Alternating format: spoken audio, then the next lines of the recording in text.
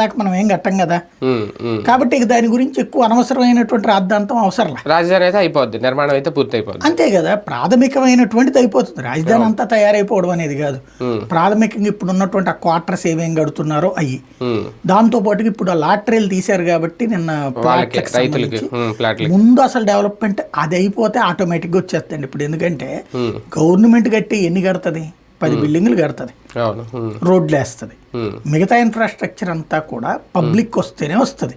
ఇప్పుడు రిటర్నబుల్ ఫ్లాట్లకు సంబంధించి లాటరీలు తీశారు కాబట్టి వాళ్ళ చేతికి ఎప్పుడైతే వచ్చిందో, ఇప్పుడు 10 ఎకరాలు ఇచ్చినటువంటి వాడికి 10-1500, 1200 గజాలు, 200 గజాలు, 1300 గజాలు, 300 గజాలు ఇట్టు ఉన్నాయి కదా, అవి ఒక బల్క్ గా తీసేసుకుని లేదా ఒక చోట ఇచ్చిన చోటన వీళ్ళందరూ కలిసేసి ఒకేసారి డెవలప్మెంట్కి ఇచ్చుకోవచ్చు. దాంట్లో షాపింగ్ మాల్సే రావచ్చు, అపార్ట్మెంట్లే రావచ్చు. ఒక్కసారిగా వేగం పుంజుకుంటుంది. ఇది యాక్చువల్గా కనుక జగన్ అప్పుడే రాగానే రిటర్నబుల్ ఫ్లాట్లు ఇచ్చేసి ఉంటే, ఈ వరకు పూర్తి చేసి ఉంటే జగన్ అసలు ఏలెత్తి చూపెట్టడానికి ఏమి ఉండేది కాదు. చాలా కన్స్ట్రక్షన్స్ అయిపోయాయి.